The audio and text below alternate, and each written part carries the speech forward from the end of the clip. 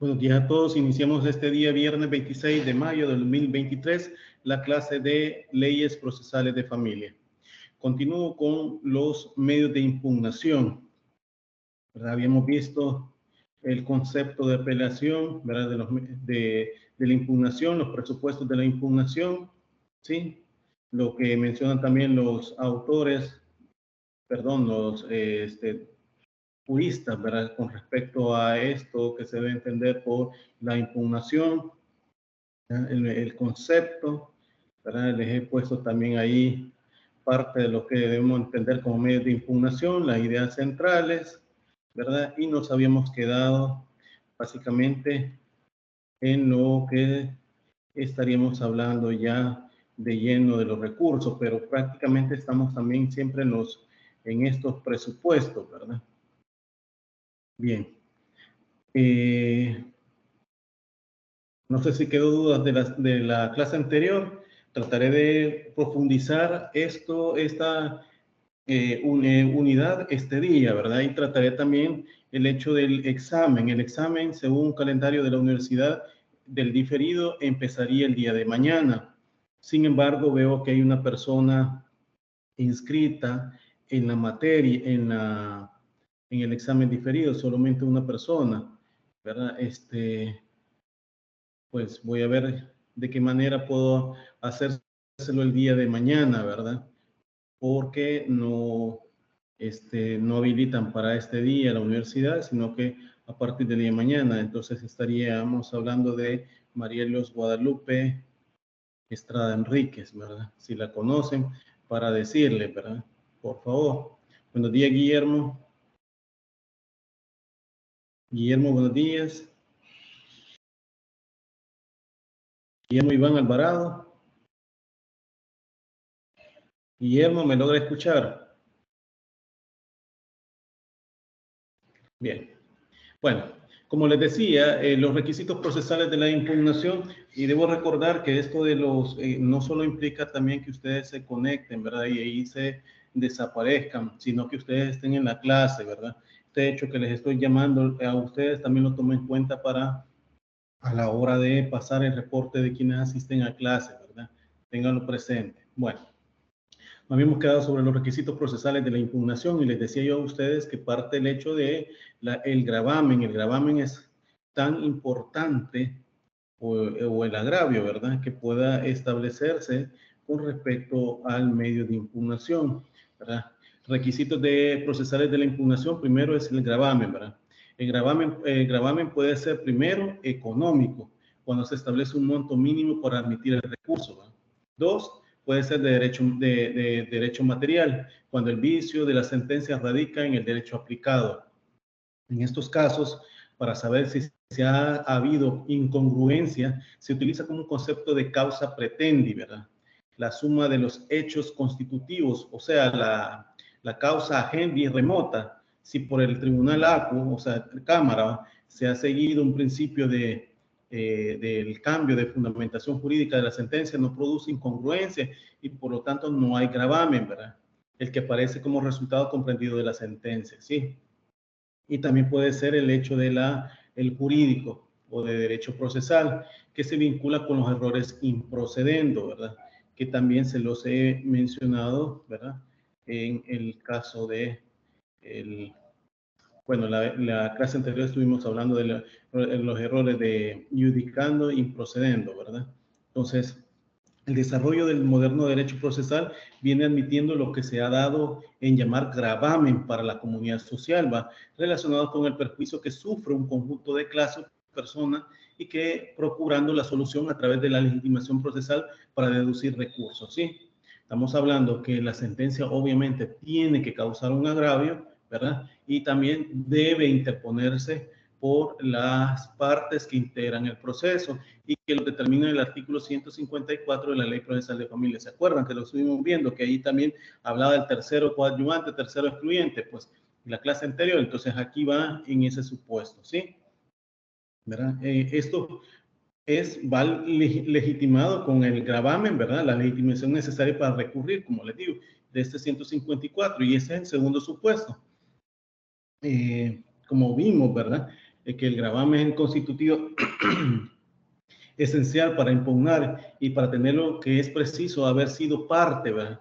Sin embargo, la impugnación se habilita expansivamente hacia otros interesados y el problema será conocer quiénes ocupan, ¿verdad? Son partes, obviamente, en el proceso, no solo los contradictores, sino también los litisconsortes, ¿sí? ¿Se acuerdan cuando estuvimos hablando de los sujetos procesales, ¿verdad? Que aquí vienen pluralidad de partes, tanto demandante como demandado, y ya les decía ya también yo ahí, los terceros coadyuvantes y terceros excluyentes, ¿verdad? Entonces, las partes accesorias, los abogados, procuradores, y a quienes les asiste un derecho a percibir honorarios, ¿verdad? Ocasionados por su intervención, obviamente, en la causa, ¿verdad? Los representantes de las personas con discapacidad, ¿cuáles son esas personas que tienen tutores, por ejemplo, personas que son niñas, niños o adolescentes, ¿verdad? Y o aunque no tengan discapacidad, pero necesitan de su representación, ¿verdad? A eso habla también la ley como representante legal y aún ciertos terceros, ¿verdad? Y otros como el denunciante y el denunciado en los procesos de declaración de incapacidad, ¿verdad? Procesos de violencia intrafamiliar también, ¿verdad? El tercero puede impugnar siempre y cuando haya sido parte y tenga agravios que formule el decisorio por el gravamen que lo produce, ya que en estos casos la disponibilidad recursiva es idéntica a la de las partes y toda vez que la sentencia le afecte como a los litigantes principales, puede impugnarlo, ¿verdad? Esa es la regla general, como les dije a ustedes. Sin embargo, les mencionaba en la clase anterior que en casos del tercero excluyente, ¿verdad? Dependerá si la sentencia le causa agravio, ¿verdad? O la resolución interlocutoria que está impugnando. Y sobre eso, pues, obviamente se le habilita el hecho de poder impugnar, ¿verdad? Ahora bien, los medios de impugnación son, como he mencionado, los recursos como medios de impugnación, ¿verdad? Que se entienden por medios de impugnación, podemos decir. Aquí es que según, bueno, aquí creo que se las he puesto en la diapositiva, ¿verdad? Lo que debemos de entender de recursos, ¿verdad?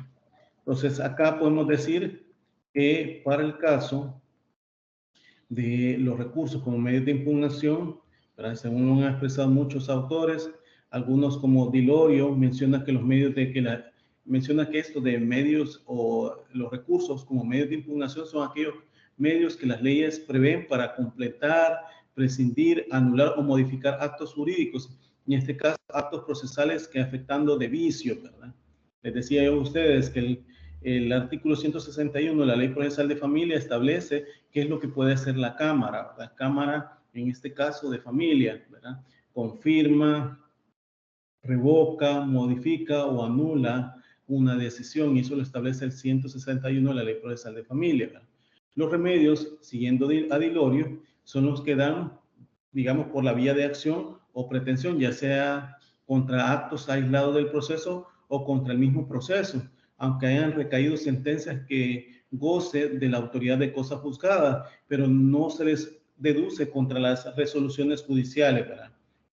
David Echandía, siguiendo esa misma pauta, expresa que el concepto de impugnación es genérico y comprende todo medio de ataque a un acto procesal o a un conjunto de ellos, inclusive a todo un proceso, y sea en el curso del mismo o de otro posterior, ¿verdad? El concepto incluso de recurso es específico y comprende una clase especial de impugnaciones contra errores del juez o jueza, ¿verdad? En un acto determinado y tiene aplicación solo dentro del mismo proceso, ¿sí?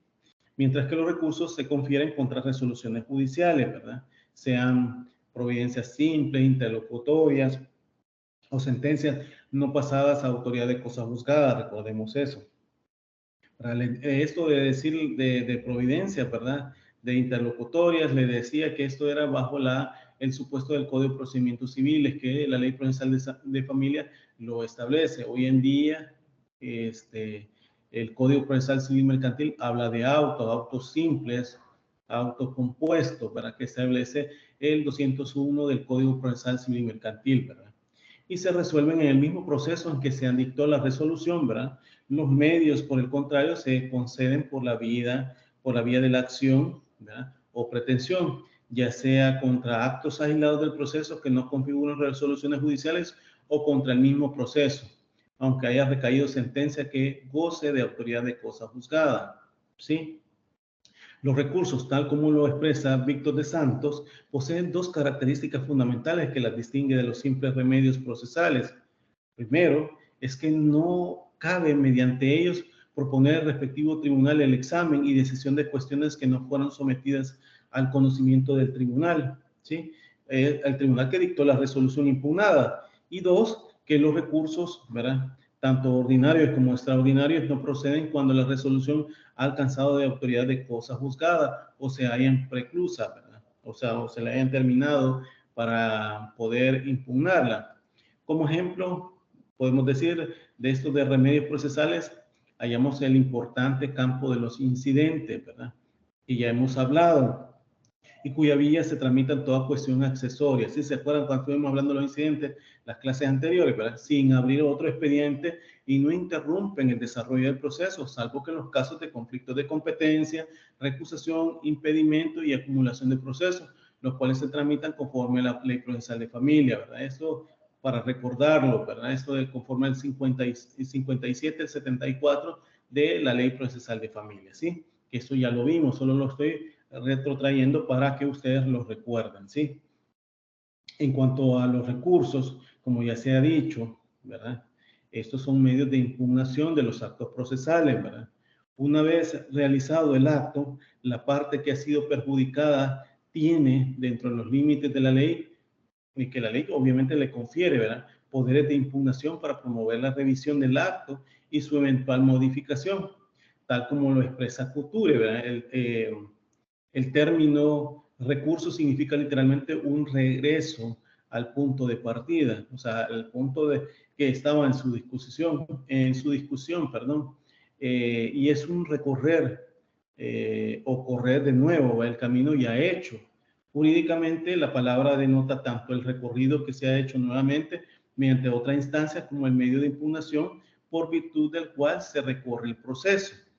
O sea, me estoy refiriendo que si estoy impugnando la sentencia, ¿sí?, estoy retrotrayendo, ¿verdad?, los aspectos hasta antes de la decisión de la sentencia. ¿Por qué? Porque yo digo, bueno, mire, el juez valoró un aspecto que no, no valoró algún aspecto que era tan importante para su decisión y pues ahí por eso va un error, ¿verdad? El juez verificó una ley que ya está derogada, etcétera. Son aspectos en los cuales inciden para la decisión y por eso digo, retrotraigo para que en todo caso se vuelva a hacer el reexamen por parte de Cámara y Cámara verifique si en verdad la decisión ha sido conforme a ley o en todo caso, ¿verdad? Haga el reexamen y pues dicte la sentencia que mejor favorezca al caso. Por su parte, Jaime Azula Camacho manifiesta que en sentido estricto puede concebirse como medio de impugnación de que disponen las partes para obtener de los funcionarios judiciales que rectifiquen los errores cometidos al tomar cualquier decisión, ya sea porque produzcan como consecuencia de la aplicación equivocada de la forma sustancial o material, o bien por la inobservancia de las formas procesales. En pocas palabras, podemos afirmar que los recursos atacan la eficacia de la providencia judicial. Otras definiciones que podemos encontrar de recursos son como los que dan Barrios de Ángeles, ¿verdad? Que menciona que si así se denomina el procedimiento y también el acto de parte de lo que inicia y que tiene por objeto una decisión jurisdiccional a la que se imputa un defecto de forma o de fondo y que tiene finalidad la corrección de tal efecto. En esa idea va Hernando Davis Echandía, que dice que por el recurso se entiende la aplicación de la petición formulada, por una de las partes principales o secundarias, para que el mismo juez o jueza que profirió una providencia o superior la revise con el fin de corregir los errores de juicios, los errores injudicando, como se acuerdan, les decía yo a ustedes, o de procedimientos, errores improcedendo que en ellas se hayan cometido, ¿verdad? Ahora bien, las características de los recursos, podemos decir que para establecer que los recursos judiciales en la legislación, ¿verdad? Se establecen, ¿verdad? Que en lo determinado para el procedimiento que se determina, pues, ¿verdad? Podemos decir, pues, en estas características como, primero, el facultativo, ¿verdad? Lo que quiere decir que la parte puede o no hacer uso de él, ¿verdad? No está obligado a interponerlo, porque, o sea, después de dictada la sentencia, a todas las partes se le habilita el hecho de que pueden impugnar la sentencia, ¿sí? No está obligado a interponer el recurso, ¿verdad? Porque puede hacerlo o no, y excepto pues por el procurador, quien tiene la obligación de apelar de la sentencia adversa, a no ser que expresamente se le haya prohibido su poder dante, ¿verdad? Que no lo impugne. Recordemos que esto de la facultad de impugnar se lo da a las partes, ¿verdad? A su representante judicial, que en este caso sería su abogado, sea defensor público de familia, sea abogado en libre ejercicio, sea abogado de oficios que se le haya nombrado, etcétera, ¿verdad? Esa facultad es de él o ella, ¿verdad? Ahora bien, es irrenunciable, ¿verdad? Facultativo primero, ¿verdad? Que lo puede o no interponer. Es irrenunciable el segundo, ¿verdad? ¿Por qué? Porque las partes pueden renunciar el recurso expresamente o tácita. La renuncia expresa se puede hacer ante el juez, conformándose con la sentencia, ¿verdad? Que lo determine. Es decir, si yo puedo anunciar el hecho de que voy a interponer una apelación después del dictado de la sentencia que se me da por parte, que generalmente es en audiencia por parte de los jueces de familia, ¿verdad? Pero también puedo decirle, mire, señor juez, yo renuncio a impugnarla y necesito que él me libre los oficios en este momento, ¿sí? Porque si en el hecho de renunciar es que ya le estoy anunciando que los posteriores 5 días que habilita la ley para la sentencia, yo no lo voy a usar, ¿verdad? ¿Sí? Entonces, si solamente y las partes ambas están de acuerdo, entonces puede perfectamente eso, es renunciarse, ¿verdad? Una tercera, podemos decir que todo el recurso se puede desistir una vez interpuesto. Se los había mencionado la vez pasada en el 88, ¿verdad? De la ley procesal de familia, cuando hablábamos de el hecho de que se puede, ¿cómo se llama? Desistir de ese recurso, ¿verdad? ¿Se acuerdan que le había mencionado que Elena, no quiero ver, Noemí lo había leído, ¿sí? Donde habla que el desistimiento de los actos procesales, perdón, el 87 es donde se habla de eso. Entonces ahí pueden ver ustedes que se puede desistir. La diferencia que establece nuestra legislación en cuanto al desistimiento de los recursos ordinarios y extraordinarios, debemos decirlo, es que si se trata del desistimiento de un recurso ordinario, para que el juez o jueza pueda resolver, se necesita previamente la aceptación del desistimiento por parte de la parte contraria, ¿verdad? Ya sea personalmente o por medio de un procurador con poder especial, ¿verdad? En cambio, si se trata de un recurso de casación, cuando el recurrente desiste de él, ¿verdad? El tribunal aceptará el desistimiento con solo vista del escrito que lo contenga. Sin embargo, nuestra legislación de familia dice que se acepta el desistimiento, ¿verdad? Siempre y cuando sean puntos que no dan fin al proceso. Dice, pueden desistirse de un proceso, incidente o excepción sobre un punto que no dan fin al proceso y sobre una prueba propuesta sin necesidad de la aceptación de partes. Entonces, acá ustedes, como ven, puede perfectamente establecerse, ¿verdad? Que el recurso no necesariamente la intervención de la contraparte, ¿sí? Por lo que dice el 87, ¿verdad? Entonces ya vimos que en primer lugar es facultativo, ¿verdad? Segundo lugar, habíamos dicho que es renunciable. Y tercer lugar, que todo recurso se puede desistir una vez interpuesto. Un cuarto, podemos decir que los terceros pueden interponer recursos. Los recursos ordinarios pueden interponerse no solamente por las partes que han intervenido en el proceso. Pongámonos en la mente eso, ¿verdad? Es decir, actor, demandado, sino también un tercero aquí en la sentencia perjudique o aproveche. En cambio, los recursos extraordinarios, solo pueden recurrir, ¿verdad?, las partes que hayan intervenido en el proceso y no terceros, ¿verdad?, en vista de que no haya una disposición legal que le permite en esto del derecho de tercero, ¿verdad? Esto recordemos que de lo extraordinario, ¿verdad?, antes hacía la clasificación del Código de Procedimientos Civiles. Hoy en día el Código Procesal Civil Mercantil no le da esa clasificación y sin embargo, pues debemos atemperar, verificar cómo es que si en verdad habilita o no la interposición de los medios de impugnación, ¿verdad? Esto a partir, como les dije, el agravio, ¿verdad? Una quinta, podemos decir que el recurso se puede interponer no solo en un juicio o proceso, sino también en cualquier procedimiento o diligencia de jurisdicción voluntaria, ¿verdad? Hay recursos como el de revocatoria, el de apelación y casación, que no están limitados a los juicios, sino que la ley los admite en todo el procedimiento, ¿verdad?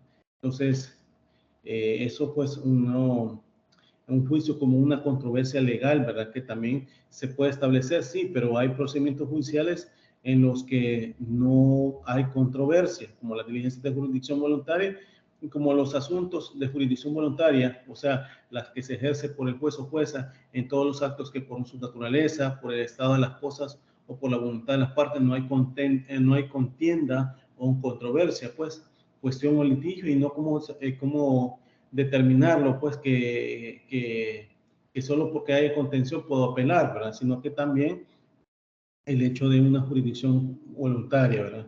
Y esto de la jurisdicción voluntaria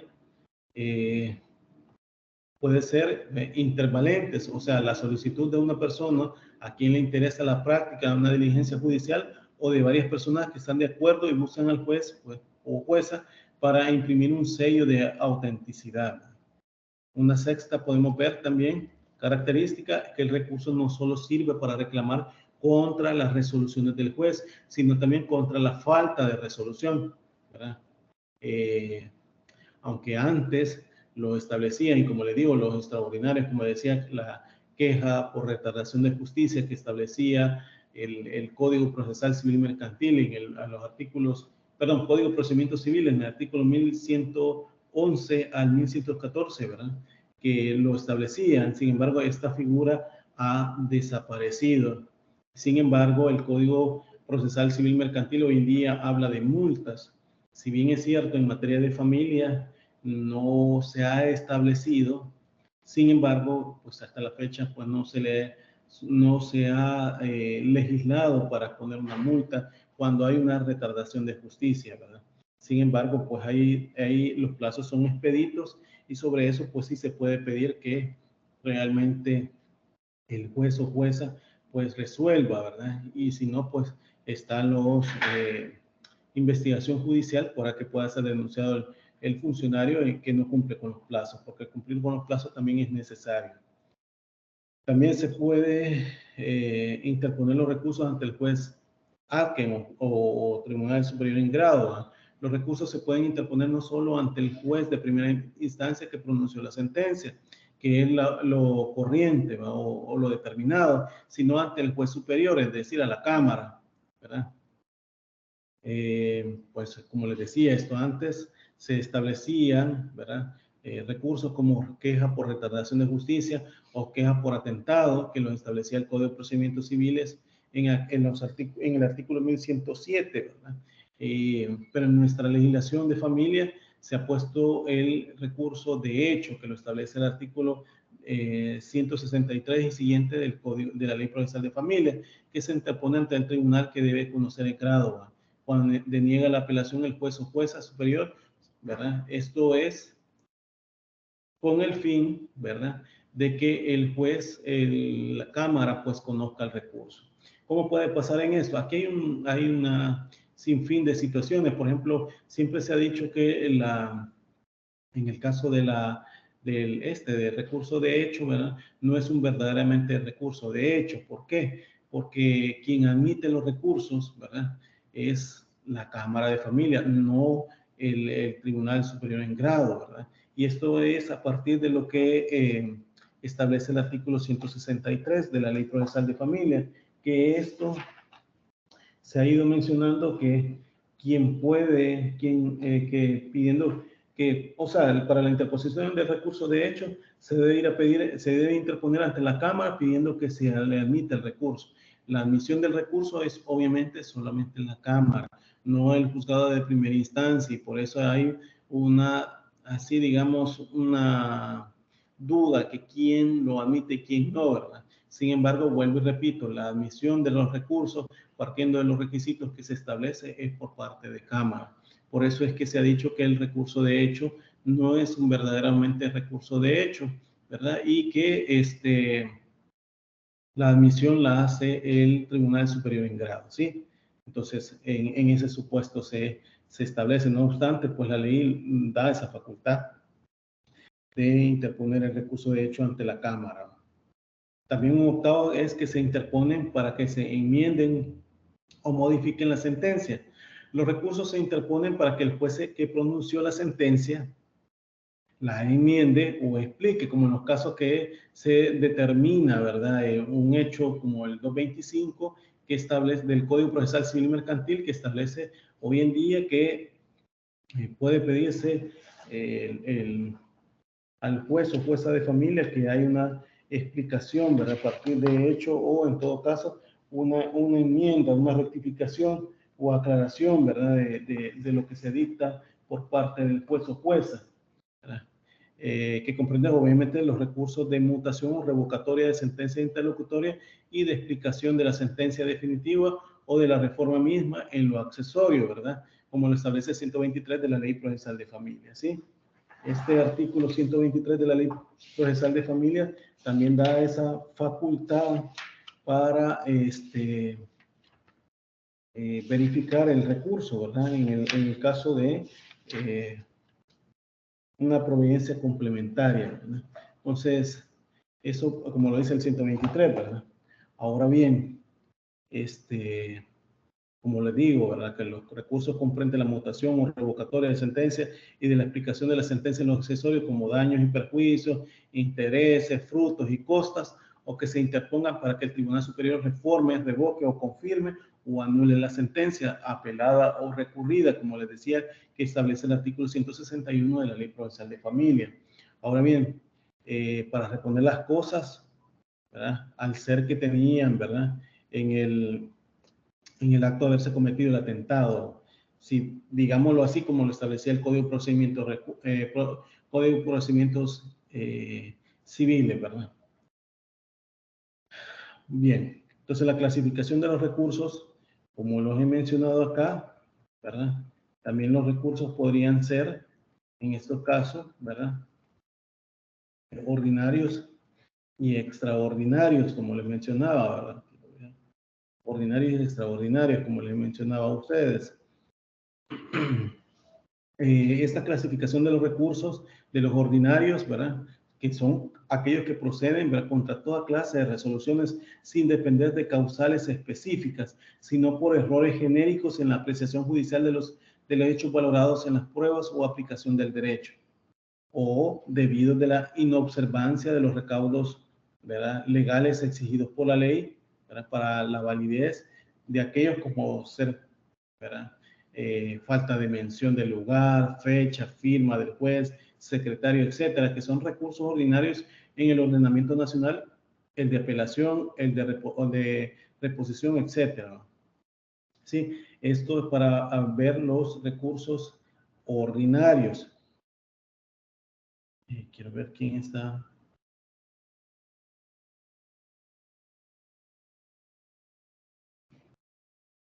Guillermo, está bien, Guillermo. No podía habilitar el recurso, el micrófono, perdón. Bien, eso para establecerlo. Permítanme.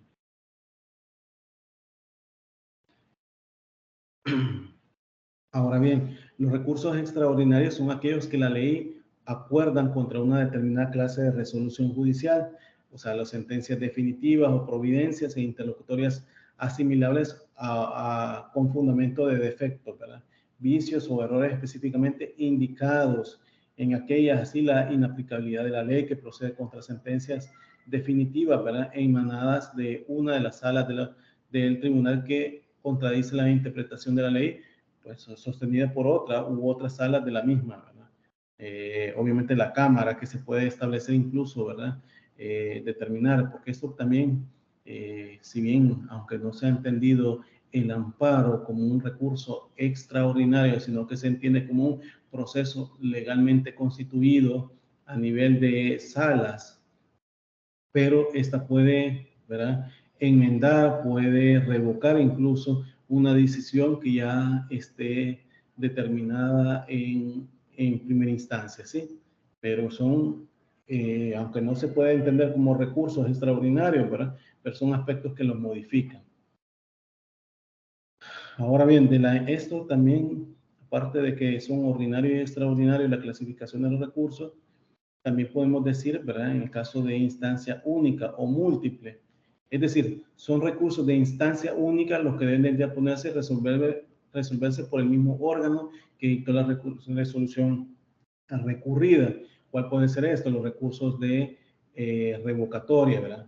Son recursos de instancia única en el ámbito nacional, el de reposición o revocatoria y el de aclaración, que como tales deben de fundarse también en el acto de su interposición. Son recursos de instancia múltiple, aquellos que se interponen ante el órgano que dictó la resolución recurrida para ser resuelto por otro jerárquicamente superior a aquel, ¿verdad? Por lo general, los recursos de instancia múltiple o plural, ¿verdad?, el procedimiento recursivo se extiende, ¿verdad?, hacia una doble etapa, una interposición ante el mismo órgano que dictó la resolución de recurso y otra una fundamentación ante el Tribunal Superior que va a conocer la impugnación, ¿sí? Entonces, una tercera clasificación podemos decir que son positivos o negativos. Por ejemplo, cuando son positivos, los recursos son aquellos que en caso de ser admitidos producen la modificación o sustitución de la resolución recurrida por otra. Así, por lo general, el de apelación hace ese aspecto, ¿no? Son negativos, pues, los que en igual supuesto aparejan la anulación de la resolución recurrida sin que otra entre en su reemplazo, ¿verdad?, por lo cual causa que debe ser remitida a otro órgano inferior o de igual jerarquía que en el que la anuló, ¿verdad? ¿Para qué? Para en su intermedio se dicta una nueva sentencia sobre el fondo del asunto o se sustancia el procedimiento anulado. Es de destacar que el recurso de nulidad carece de autonomía en El Salvador, ¿verdad?, encontrándosele, pues, obviamente comprendido dentro de la apelación para efectos de la sentencia, incluso con efectos negativos, cuando la Cámara, ¿verdad?, en este caso de familia, al decretar la nulidad de la sentencia por cualquier otra causa, no puede resolver sobre el fondo de la litis por no haberse ajustado a derecho el procedimiento observado de la instancia inferior. Sí, una cuarta, podemos decir, clasificación es que recursos son principales y subsidiarios. Se trata de recursos autónomos e independientes que no admiten la eventualidad en su planteo, ¿verdad?, o bien de vías alternativas que se proponen para el caso que no prosperará el primer intento. Otros prefieren referir a la relación que entablen con la cuestión principal de juicio, y de este modo serían principales los que atacan las decisiones que ponen fin al pleito e incidencia los que dirigen contra las provincias interlocutorias, ¿sí? Ahora bien, lejos de ir hablando sobre estas clasificaciones, podemos ir viendo que también los recursos, ¿verdad?, están, ¿verdad?, como el de revocatoria, ¿verdad? En ese caso, el de revocatoria, como medio de impugnación en particular, ¿verdad?, también conocido como recurso de reconsideración, reforma o de reposición, es un recurso ordinario que se interpone y tramita ante el mismo órgano jurisdiccional que dictó la resolución impugnada. Se ha señalado que este medio de impugnación e impugnativo tiende a evitar dilaciones, eliminando en lo posible la tramitación propia de una segunda instancia y corrigiendo errores en la misma sede en que ocurrió. Esto mismo explica, ¿verdad?, que por lo general su sustentación, ¿verdad?, tenga un carácter ágil al modo de un procedimiento sumarísimo, procurando una rápida solución sobre la cuestión planteada. El presunto error que da lugar a la impugnación puede ser de los denominados injudicando, ¿verdad?, o de los que se caracterizan como improcedendo, y siendo esta la hipótesis más normal, ¿verdad? Este recurso, también conocido antiguamente como reforma, como lo dije antes, aparece legislado en la totalidad de los códigos y leyes procesales.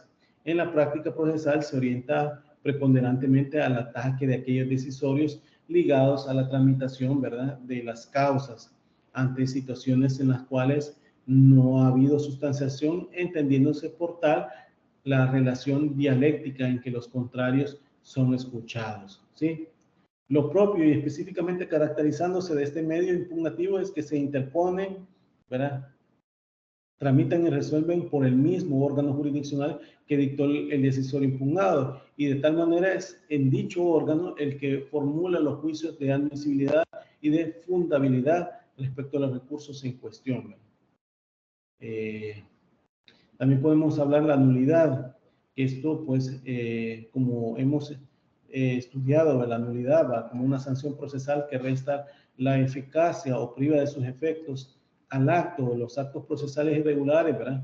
Toca ahora incluso, pues, analizar esta cuestión, ¿verdad?, desde una óptica de los medios impugnativos. Y sobre esto debe señalarse que la impugnación fundada en una actividad procesal formalmente defectuosa no siempre aparece reglada específicamente, ¿verdad?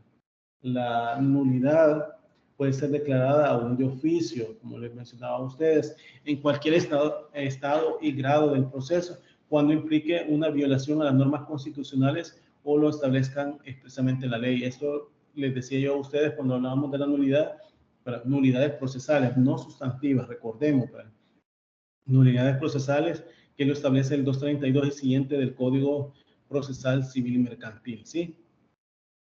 Dígame, Noemí. Una consulta, entre ellos los recursos se pueden mezclar, porque podemos decir que los recursos ordinarios que puede ser de instancia múltiple, por ejemplo. Perdón, Noemí, no le he logrado escuchar. Perdone, que no le he logrado escuchar. ¿Me la puede repetir la pregunta? Y los recursos entre ellos pueden mezclar.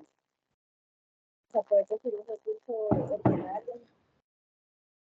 Perdón, le escucho muy alejado y casi no sé si los demás compañeros logran escuchar la pregunta de ella, pero yo no le logro comprender. ¿Será que lo tiene en altavoz o será que puede poner micrófono o speaker? Porque no se le escucha bien. O lo escribe, no hay problema.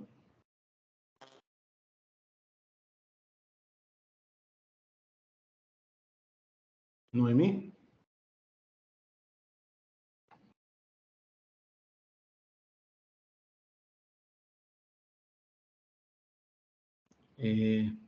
Si gusta, Noemí, puede escribirlo. Yo le leo. Es que lo que estamos hablando... Ah, ok, gracias, Noemí. Vale. Cuando estamos hablando de ordinarios y extraordinarios, estamos hablando de la clasificación que lo establecía el Código de Procedimientos Civiles. Establecía yo de que los extraordinarios era queja por atentado, queja por retardación de justicia. Eso se establecía como extraordinario, incluso ponía el recurso de hecho, ¿verdad? En la práctica les decía a ustedes que ya solamente como extraordinario se establece el recurso de hecho, que lo establece el 163 y siguiente de la Ley Procesal de Familia, ¿sí? Ahora bien, el recurso de hecho, los recursos ordinarios son los de revocatoria, ¿verdad? Apelación, que son los que ellos establecen, ¿verdad?, para determinarse, porque son en el trámite, ¿verdad?, que se dan. Sobre eso es que estaba hablando de los ordinarios y extraordinarios. Y le mencionaba también con el amparo, porque el amparo es casi bien se ha dicho que no es un recurso, sino que es un proceso verdaderamente determinado en la ley procesal constitucional, ¿verdad? Pero tiene incidencia para modificar una sentencia en sí, ¿verdad? Pero a eso voy cuando hablo de los ordinarios y los extraordinarios. El artículo que dice que el tercero puede interponer un recurso, eso se lo establece, lo mencioné en la clase anterior y es el 154. ¿Se acuerda cuando estuvo leyendo usted también, Noemí? Es el 154 de la Ley Procesal de Familia, que ahí establece que incluso los terceros pueden interponer recursos. Les mencionaba en la clase anterior que excluía la ley al tercero excluyente, valga la redundancia, solo al tercero coadyuvante le ponía y les explicaba que la razón era que al tercero coadyuvante, porque como coadyuva a cualquiera de las partes, sea parte demandante, sea parte demandada, ¿verdad? Puede interponer el recurso, se decía, ¿verdad? Porque la incidencia de la sentencia era tan para esta persona, ¿verdad? Que le perjudicaba. Sin embargo, se mencionaba que el tercer excluyente no. ¿Por qué? Porque no le interesa la discusión del tema que se esté estableciendo. Y el caso típico, como les ponía a ustedes, es la protección a la vivienda familiar. La protección a la vivienda familiar, ambos cónyuges o ambos convivientes quieren que sacar del tráfico jurídico un inmueble. Ese inmueble, obviamente, el juez determina si es procedente o no, ¿verdad? Sacarlo del tráfico jurídico para dar la protección a la vivienda familiar, como lo establece el artículo 46 del Código de Familia. Sin embargo, les decía que como el común acá, para obtener créditos de una casa, era obtener créditos, y generalmente eran las instituciones financieras, y las instituciones financieras dan hipotecas, les mencionaba a ustedes. Cuando dan hipotecas, ¿verdad? Obviamente, una de las personas obligadas no paga la casa, la institución financiera pues quiere, en todo caso, que se ejecute, es decir, que se pague con el bien la deuda. Ahora bien, pagar con el bien la deuda implicaría también que al juez le solicite, ¿verdad?, que se quite esta protección de la vivienda familiar. No le interesa que, como al final es un gravamen, no le interesa en realidad que la discusión de las partes, pero sí le interesa que el inmueble esté libre para poder ejecutarlo, ¿sí? Entonces, por ahí sería la situación de la, ¿cómo se llama? De la intervención de un tercero excluyente que puede interponer un recurso. También un tercero excluyente, cuando no se le da intervención judicial, ¿verdad? Puede también perfectamente interponer un recurso, le causa un agravio, ¿verdad? ¿Sí? ¿Se comprende, Noemí?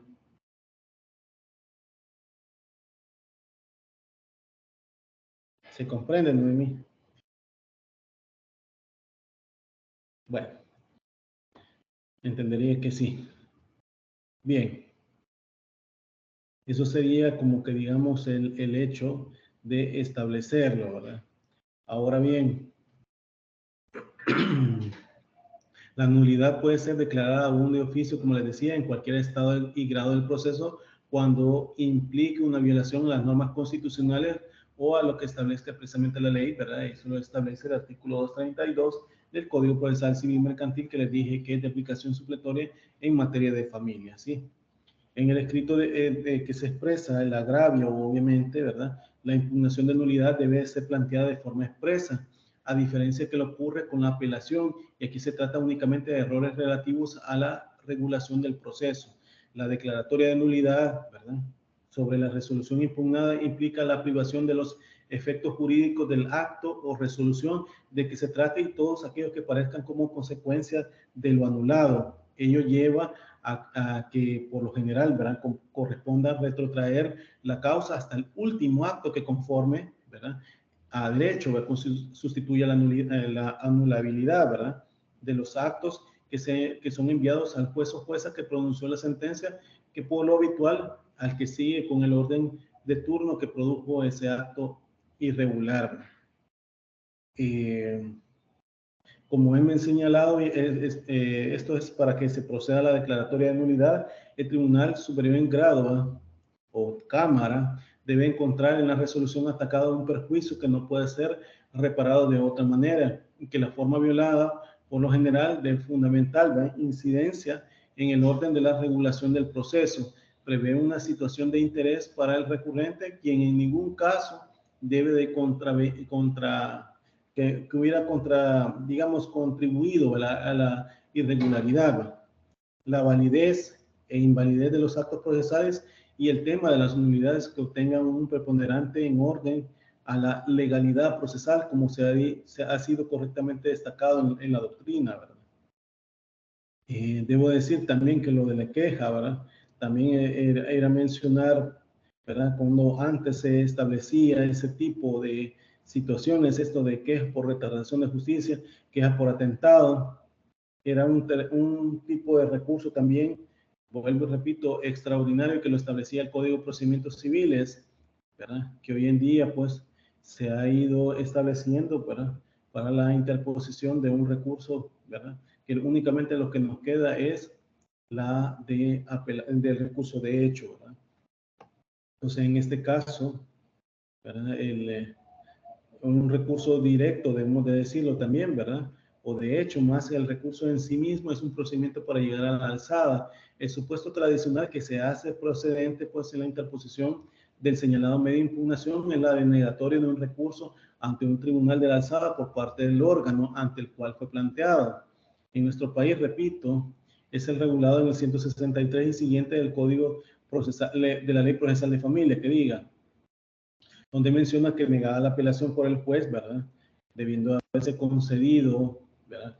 Es decir, el trámite, pues, podrá el apelante presentarse al Tribunal Superior dentro de los 3 días contados desde el día siguiente al de la notificación de la negativa, más el término, obviamente, de lo que se pudiera establecer, pues, bueno, los 3 días que se establece y pidiendo que se admita el recurso. El tribunal se manda a librar dentro de los 3 días la provisión al juez inferior. ¿Para qué? Para que remita los autos, salvo que de la simple lectura de la solicitud apareciera la ilegalidad de la alzada, ¿verdad? El remedio, obviamente, que se establece acá, ¿verdad? Atiende a impedir que el juez o tribunal inferior sea árbitro exclusivo de la viabilidad del recurso, impidiendo con la admisibilidad que el recurrente pueda llegar con la cuestión al tribunal del grado superior. De ahí que pueda considerarse como una garantía de seguridad procesal en orden a evitar la posibilidad de una arbitrariedad o de un exceso de discrecionalidad que prive a la parte el derecho a la segunda instancia, ¿sí? La interposición de este medio de impugnación tiende a lograr la apertura de la instancia superior y la consecuencia, la intervención de la alzada, y de ahí que una vez interpuesto se ordena al juez de primera instancia la producción de un informe sobre los motivos de la denegatoria de la apelación y pudiendo también, pues, solicitarse la remisión de las actuaciones para el correspondiente examen de la misma para verificar incluso si la decisión se ajusta o no a los elementos pertinentes. El Tribunal Superior en Grado o Cámara resuelve luego mediante auto fundado, así se admite, ¿verdad? Y se declara mal denegada la apelación, resolviendo incluso por la pertinencia de esa impugnación, pues, y estableciendo el modo y efectos de la apelación, ¿verdad? Comunicándose lo decidido al juez ACO, quien procederá a notificar a las partes y remitir las actuaciones, ¿verdad?, que correspondan para que se tramite la apelación. Si en cambio se desestimara, quedará confirmada la denegatoria, ¿verdad? Y esto, pues, obviamente, ahí culmina con el trámite, en este caso, el recurso de hecho, ¿verdad? Cuando hablamos sobre la apelación, repito, ya no como recurso de apelación de hecho, sino como apelación, ¿verdad? La apelación constituye el más importante recurso ordinario, repito, ¿verdad? Teniendo por fin la revisión por el órgano superior, ¿verdad?, de la sentencia inferior, que por regla general se trata de una revisión por un órgano superior y colegiado, ¿verdad?, como son de nuestros países de la mayor jerarquía que pueden establecerse, ¿verdad? En estos casos, ¿verdad?,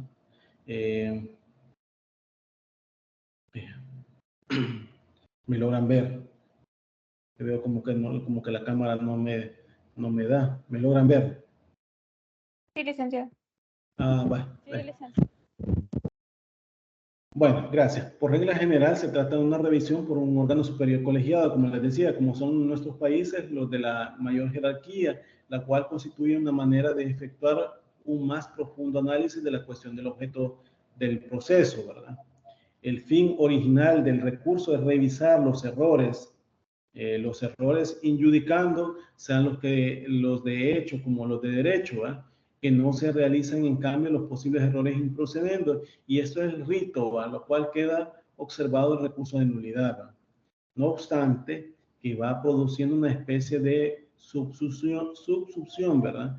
De la nulidad de la apelación, por lo cual en la mayoría de códigos modernos, y en este último se analizan a la vez, ¿verdad? Los vicios, ¿verdad?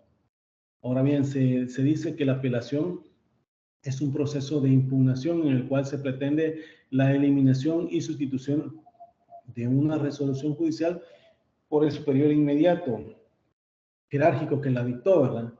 El presupuesto de la apelación que no puede faltar es el agravio, que es el perjuicio que tiene que sufrir las partes para estar habilitada para introducir en este recurso, que justamente tiene por finalidad esencial reparar dicho perjuicio. Como lo dice Couture, entre el agravio y el recurso medie la misma diferencia que entre el mal y el remedio, ¿verdad? La apelación busca la justicia. ¿Por qué? Porque el agravio es la justicia, la ofensa, el perjuicio material y moral, ¿verdad? La calidad de parte que se requiere en general para la actividad impugnativa es exigida para la apelación, ¿verdad? El recurso de apelación, el más importante dentro del procedimiento, ¿verdad? Debemos de decirlo de esa forma. ¿Por qué? Porque múltiples razones, ¿verdad? Procede contra las sentencias, en principio contra las definitivas, ¿verdad? Y también contra las interlocutorias o actos interlocutorios, ¿verdad? Para la interposición de recursos, ¿verdad? Como práctica para todos los medios de impugnación existe un plazo perentorio y particular, y esto lo establece el artículo 156 de la Ley Procesal de Familia. ¿Cuál plazo es? Por ejemplo, para el caso de la apelación se establece 3 días para las interlocutorias y 5 días para la sentencia, ¿verdad? Para la interposición, obviamente, si es dictada en audiencia, en la misma audiencia debe interponerse de forma oral, y si es fuera de audiencia dictada la interlocutoria, ¿verdad? O, bueno, la sentencia siempre pide que fuera de audiencia, ¿verdad?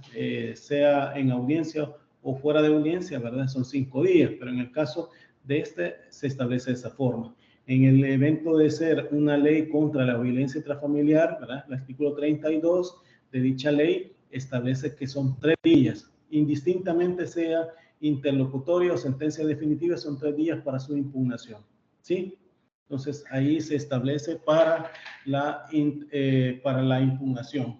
Para la contestación del recurso, para el momento que se establece, ahí sí la ley ha quedado corta. ¿Por qué? Porque siempre ha dado 5 días para la contestación de los recursos, ¿verdad? En este caso, sean interlocutorias o sean sentencias definitivas, ¿verdad? En la sentencia definitiva, obviamente, no habría ningún perjuicio, pero en el caso de la... ¿Por qué? Porque 5 días se le dio la parte recurrente y 5 días para la contestación, pero imaginemos a una interlocutoria se le da 3 días para quien impugna y 5 días para quien conteste. Entonces ahí habría un derecho de igualdad, una vulneración del derecho de igualdad, pero la ley así lo establece. Ahora bien, la casación, para establecer la casación, debo de decir que el recurso de casación tiene que anularse, ¿verdad? El recurso de casación tiene por fin anular, perdón, las sentencias interlocutorias que incurran en una violación de ley. Esto se diferencia entre el hecho y el derecho, quedando excluida toda consideración fáctica por el tribunal. El recurso procede tanto cuando se viole la ley en la forma como el fondo, es decir, que el análisis de los errores en la aplicación de la ley que se agregan, pues la violación del procedimiento, ¿vale? Por regla general, para que proceda el recurso se necesita la iniciativa del particular, ¿verdad?, perjudicado por la sentencia, ¿vale? El recurso de casación nace para el control de las infracciones que la sentencia puedan cometer en la aplicación del derecho, ¿verdad? El recurso procede en la generalidad de casos contra las sentencias definitivas de segunda instancia, inapelable, ¿verdad? La interposición de recursos no impide la ejecución de la sentencia. El órgano de casación está limitado por los motivos causales invocados por el recurrente y no se puede casar por otras razones. La primera finalidad es la correcta aplicación de la ley en los fallos judiciales y con ello se busca el imperio de la seguridad y la igualdad de los ciudadanos ante la ley y defensa de la supremacía de los órganos legislativos. Esta función perfila el carácter político del recurso y su naturaleza, ¿sí? Naturaleza obviamente constitucional, como surge en las fuentes romanas, pues el jus constitutinis, como se le dice, ¿verdad? O sea, la fuente romana, ¿verdad? Y en algunos estados modernos, ¿verdad? Debemos, bueno, eso es para lo de la casación, se lo estoy poniendo así en el sentido, ¿verdad? Pero recordemos que, volviendo ya al tema de la apelación, ¿verdad? Y para conceptualizarlo, ¿verdad? La impugnación, en ese caso de la apelación, es como un acto procesal de impugnación mediante el cual la parte que se considera agraviada por una resolución judicial entretenida como injusta solicita al órgano jerárquicamente superior al que la dictó la deje sin efecto, la modifique total o parcialmente, ¿verdad? Eso para establecerlo.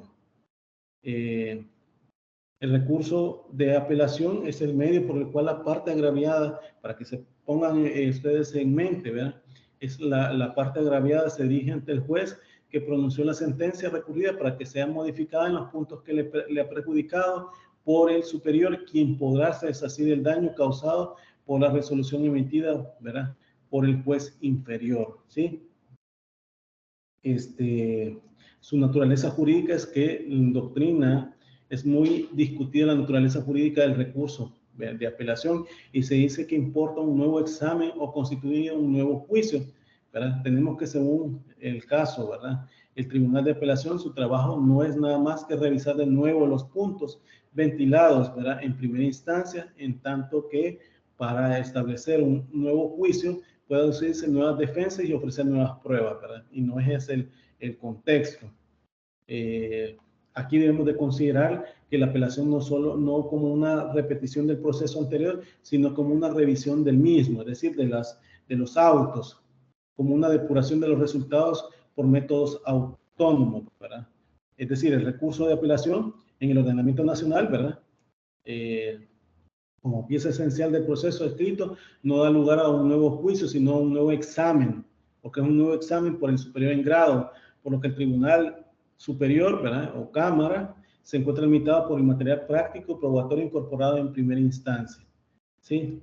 El objeto del recurso es que el recurso de apelación puede decidirse, ¿verdad? En este caso, que es aclaratoria de la sentencia, la resolución que se dicte forma parte de la misma, es decir, la revisión de la sentencia conforme a esta se da el fallo. El objeto incluso del recurso de apelación es el agravio y la necesidad de reparación por el acto del Tribunal Superior, ¿verdad? La resolución recurrida debe ser, ¿verdad? Gravosa, ¿sí? El gravamen o perjuicio se objetiviza en función de la diferencia que resulta desfavorable a la parte entre lo que se haya pedido y lo que haya reconocido, ¿verdad? El ejercicio de este derecho de impugnación también puede motivar su rechazo en caso de inexistencia de gravamen, ¿sí? Entonces, ahí es que lo podemos ver, ¿verdad? De apelación, ¿verdad? ¿Sí? Ahora bien, en el caso, ¿verdad? Su finalidad también de recurso de apelación es de resarcir daños causados por una sentencia, siendo en materia correcta el derecho de ocasionar, ¿verdad? Su finalidad también radica en corregir errores, tanto de hecho como de derecho, que el tribunal inferior pueda haber recurrido. Su fundamento también es la infalibilidad, es inseparable compañera del humano, sin excluir aciertos, ¿verdad? Indudables desde un primer enjuiciamiento. Esto pues no menos ajustados a la psicología del hombre, confiado en sus intentos y más cuando afectan el derecho o intereses de la primera línea. Y es, ¿verdad? En no darse por vencido ni convencido cuando se le niega la razón. La negativa ajena, ¿verdad? Que es estudiada en sus fundamentos o descubierta la fragilidad permite siempre una argumentación y una renovada esperanza de conseguir en una segunda ocasión lo frustrado en primera, ¿verdad? para Jaime Guas considera pues que la apelación como una revisión procesal porque mejora los resultados de la primera instancia precisamente, y es que viene que después de ella y se aprovecha y depura las conclusiones del proceso primitivo, ¿verdad? Como método peculiar y propio. Ahora bien, dentro de la apelación pueden haber la apelación diferida. ¿Cuáles son las apelaciones diferidas? La finalidad de la apelación diferida es de admitir esta de forma recurrente que responde al principio de la celeridad y evitando continuas interrupciones del procedimiento principal. Es decir, que apele y mandarlo a cámara. Apele y así está yendo en eso, porque pueden ser las partes, pueden seguir apelando de todo lo que se está aconteciendo dentro del proceso. Pero con la apelación diferida lo que se va haciendo es acumular todas esas apelaciones, ¿verdad? Y esperar hasta el dictado de la sentencia, siempre y cuando ésta le causa agravio, y ahí fundamente la apelación de la sentencia y las otras que se hayan, interpuesto, perdón, en el trámite del proceso. Eso lo dice el artículo 155 de la Ley Procesal de Familia, ¿verdad? Dice que solamente se van a acumular y da dos excepciones, cuando son medidas cautelares o cuando sean resoluciones que pongan fin al proceso, ¿verdad? Que se van a ir de conocimiento inmediato. De esta forma que se resuelve en el mismo sentido, sustanciar los incidentes en piezas separadas y luego proceder las apelaciones con efecto diferido, ¿verdad? Pero la ley pues establece que se van acumulando. También hay apelación adhesiva. Cuando estamos hablando de la apelación adhesiva, en este tipo de apelaciones, para que aquella parte que no apele consienta de la sentencia que se vio ya regulado en el derecho romano a través de una adhesión del victorioso al recurso interpuesto por el vencido. De tal modo, pues, obtener de la alzada la modificación de las partes que le resulta perjudicial de aquella, ¿verdad? Es decir, como la facultad considerada la parte cuya pretensión u oposición fueron parcialmente destinadas por la sentencia, y a pesar de ello se abstuvo de apelar a fin de que la oportunidad de contestar la expresión de agravios presentada por la parte que interpuso el recurso resulte el aspecto de la sentencia que le es desfavorable y solicita su consecuencia de reforma parcial. En esto pues es una posibilidad que se da a quien no ha usado de determinado medio impugnativo, que se beneficia de él a consecuencia de la recurrencia del adversario, introduciendo a su vez su impugnación sobre la base de los agravios que también que la causa la providencia. Esto lo establece el artículo 57 de la Ley Procesal de Familia. ¿Qué quiero decir de eso? Por ejemplo, imagínense que ustedes tengan una apelación, haya una sentencia definitiva en un caso de alimentos, en la cual la parte demandada, que generalmente es el papá, ¿verdad? Apela. ¿Por qué? Porque se le puso una cuota alimenticia muy superior a su capacidad económica y por ende está solicitando que sea pues establecida la cuota alimenticia. Entonces, en ese caso, ¿verdad? Apela dentro de los 5 días de la sentencia. La parte demandada se espera al momento de tener conocimiento de ella, pues que se adhiera a la apelación, y dice sobre que la providencia le perjudique, ¿verdad? Si le perjudica, imaginémonos el quantum de la cuota que se estableció en $100 y teniendo capacidad económica el señor para establecerse en $200, ahí puede ser agarrarse de ese momento procesal la contraparte, que sería el apelado, no el apelante que interpone el recurso, el apelado es quien tiene que contestar el recurso. Ahí puede establecerse, claro, que en este caso, como es apelación adhesiva, ¿verdad? Lleva la suerte del principal. Si la parte apelante desiste de su recurso, pues también se va la parte que se adhiere al recurso, ¿sí? También está el caso de la apelación subsidiaria, cuando se interpone el recurso de revocatoria con apelación subsidiaria, como lo establece el artículo 150 de la Ley Procesal de Familia. La apelación en subsidio significa que para el caso el juez desestime la revocatoria y mantenga su resolución, el litigante se alza de antemano para ante la alzada, es decir, para que el superior en grado la revise.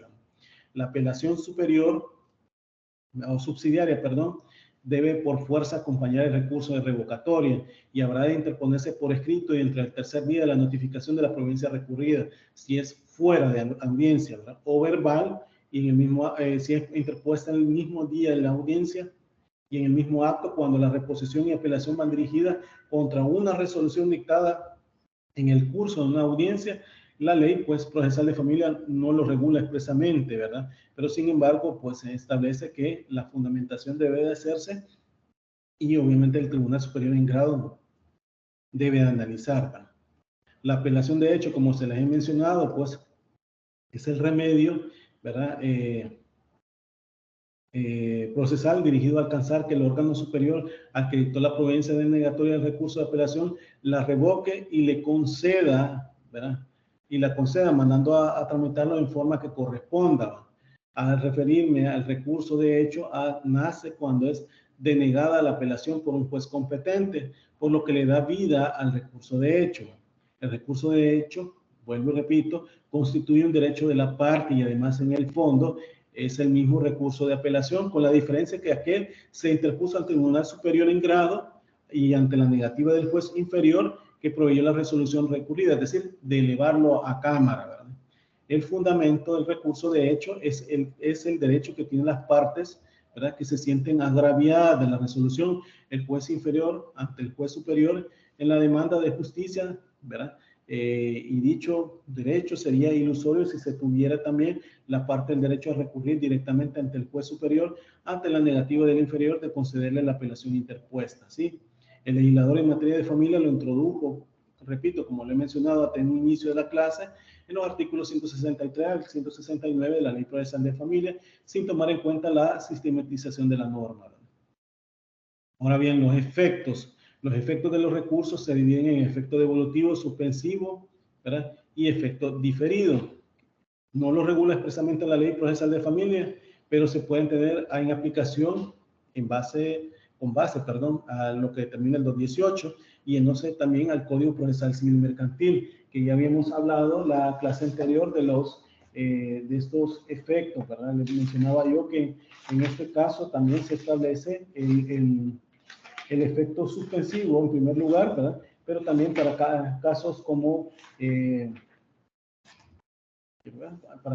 también se establece la sentencia condenatoria, es un efecto devolutivo, ¿verdad? Sí, se acuerdan que estuvimos hablando la vez pasada de que Noemí nos estuvo leyendo que en todo caso, ¿verdad?, los recursos se deben de tramitar, ¿verdad? Obviamente es en efecto suspensivo, pero se establece en el artículo 509, ¿verdad? Pero también eso en consonancia con el 512 del Código Procesal Civil Mercantil, se establecen que pueden hacerse también para sentencias condenatorias con efecto devolutivo, pero también con efecto suspensivo por algunas, ¿verdad? Cuando hablo en efecto devolutivo, consiste en saber hasta cuándo la jurisdicción es devuelta al superior, es decir, cuando el recurso es concedido o declarado mal denegada la apelación mediante el recurso de hecho, ¿verdad? Se traspasa al superior la potestad de juzgar la causa. En todos los códigos, ¿verdad?, debo decirlo de esa forma, la regla es que la apelación tiene efecto suspensivo, mientras la excepción es que no la tenga. ¿Cuándo es que no la tenga? Cuando es un efecto devolutivo, y en este caso es cuando se están ejecutando sentencias condenatorias.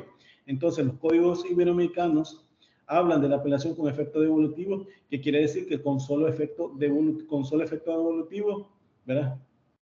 Es decir, que a pesar que hay un recurso, ¿verdad?, se puede estar ejecutando, ¿verdad? Eso indica el efecto devolutivo. El efecto suspensivo, en este efecto, impide el cumplimiento de la resolución impugnada con la que queda suspendida la eficacia de la sentencia respecto a aquellos asuntos que han sido objeto de cuestionamiento, es decir, actos suspensivos que conlleva al definitivo la ejecutoria de la resolución recurrida hasta que quede firme el pronunciamiento del Tribunal de la Alzada, como por ejemplo un divorcio.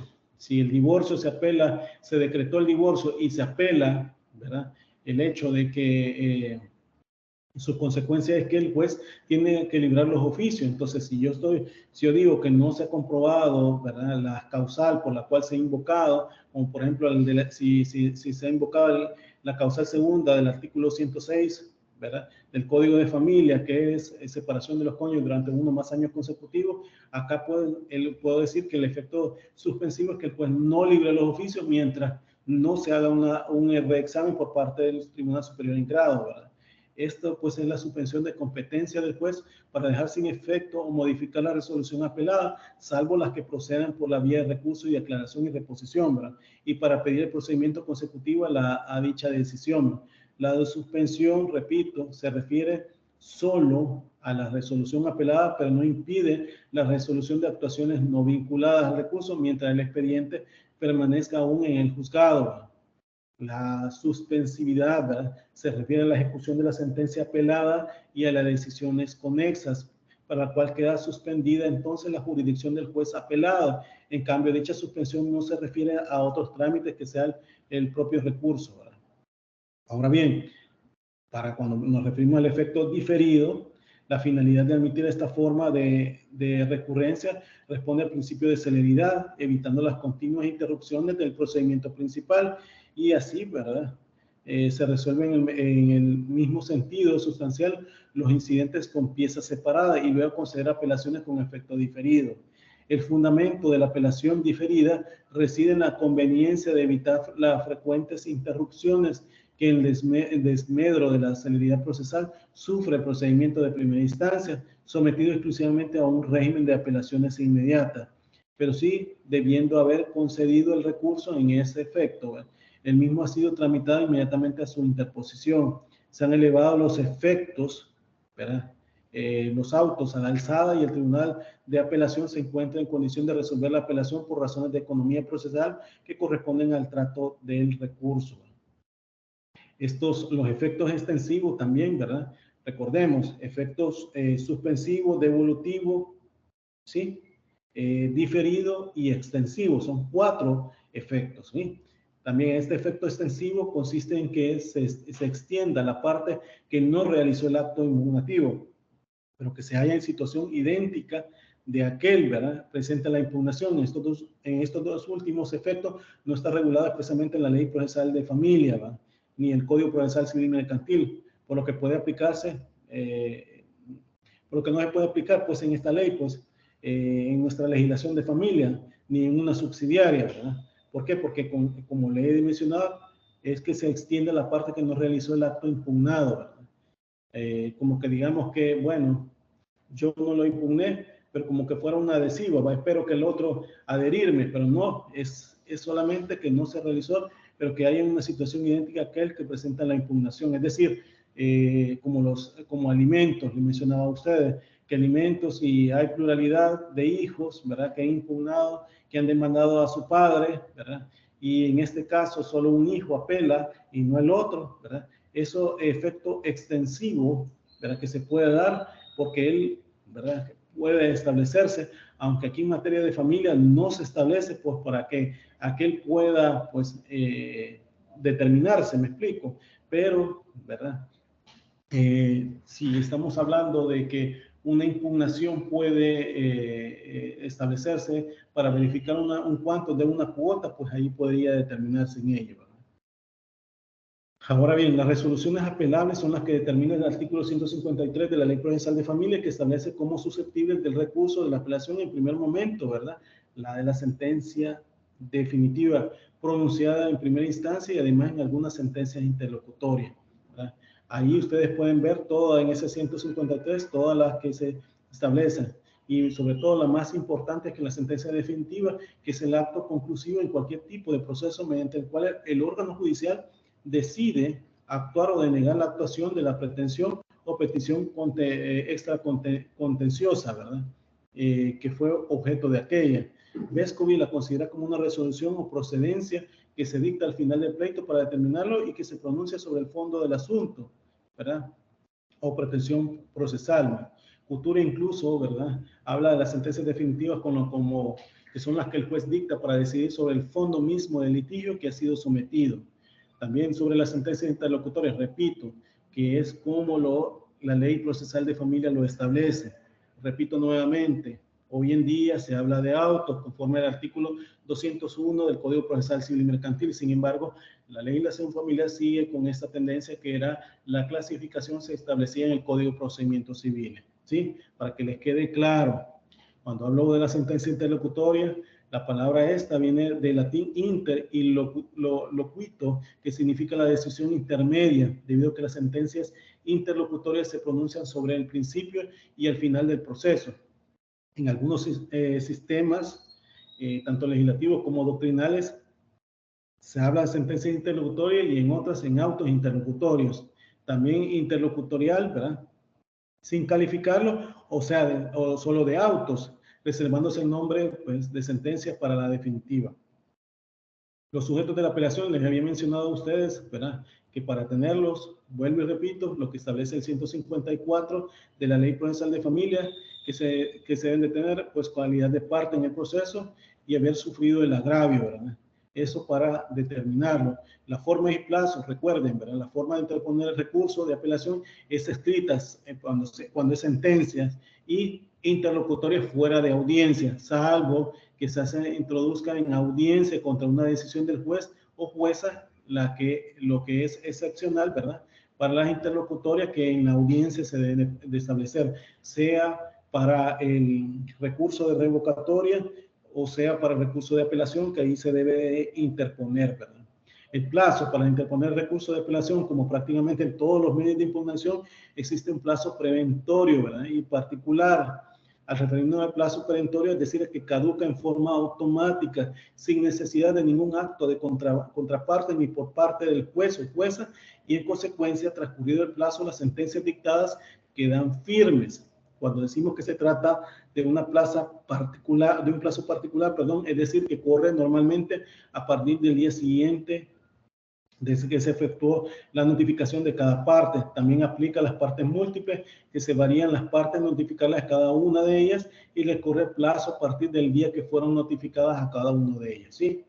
Recordemos también el reformato imperius que establece el artículo 502 del Código Procesal Civil Mercantil, que es la prohibición o regla impuesta al órgano jurisdiccional de apelación como impedimento para agravar o hacer más gravosa la condena, ¿verdad?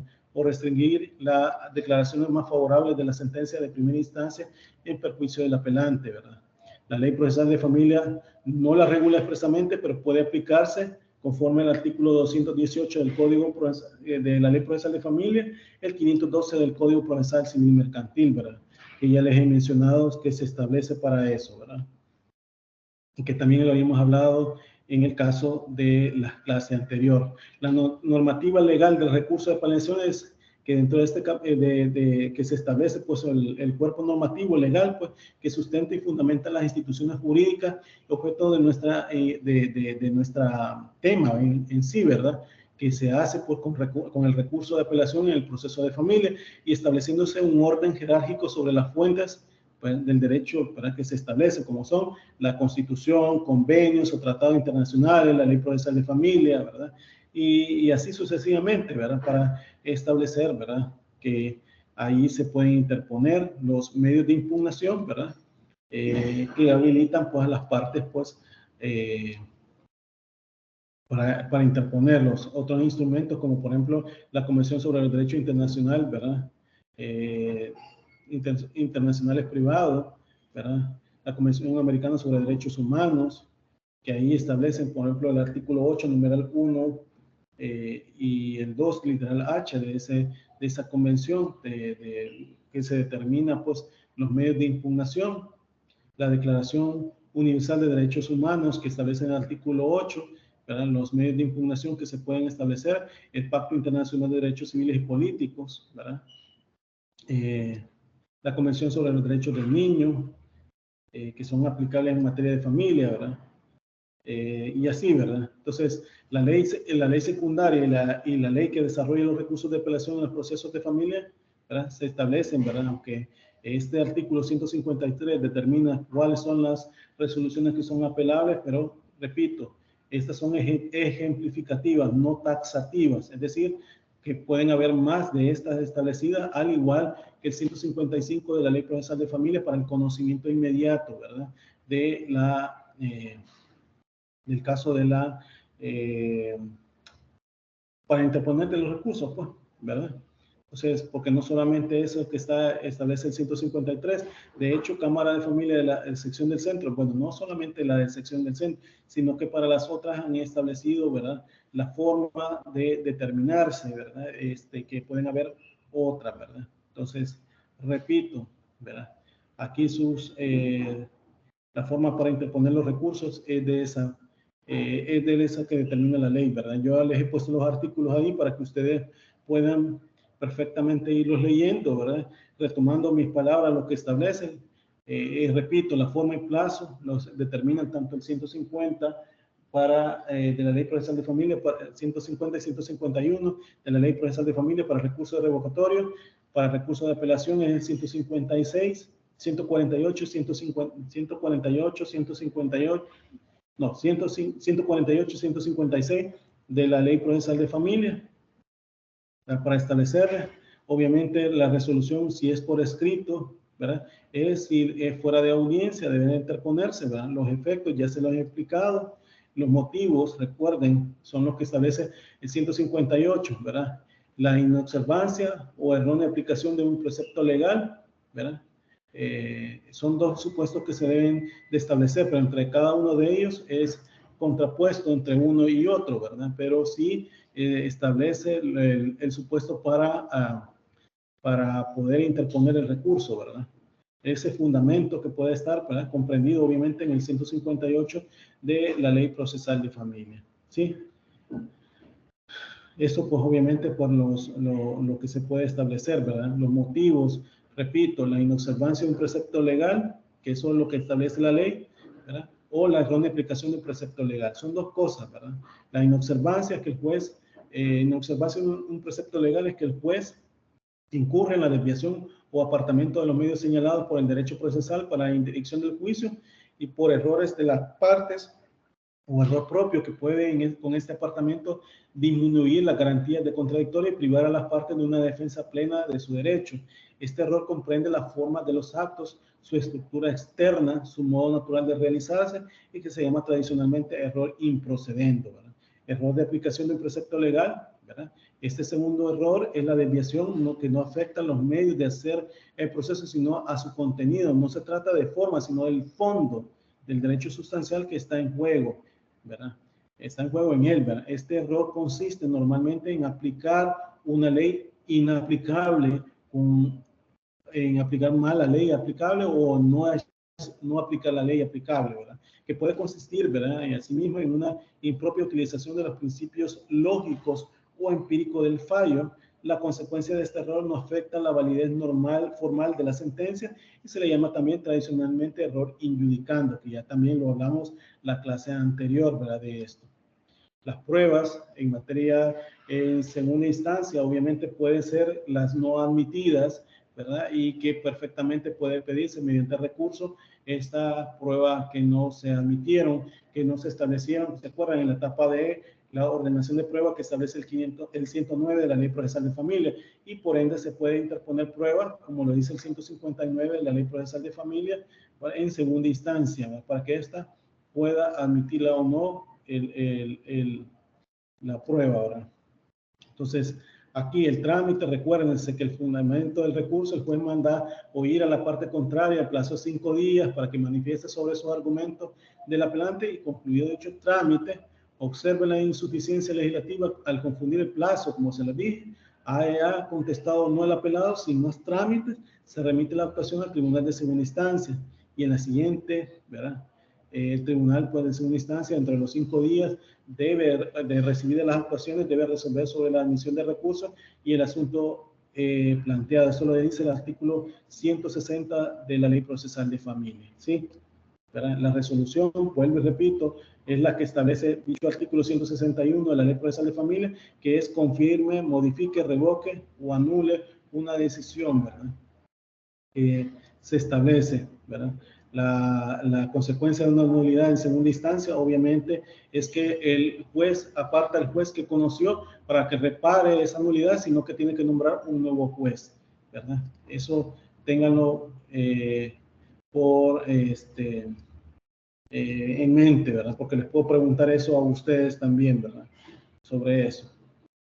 Bien, eso pues para acá pues doy por terminado ¿cómo que se llama? Esto de los medios de impugnación. Espero que ustedes hayan puesto,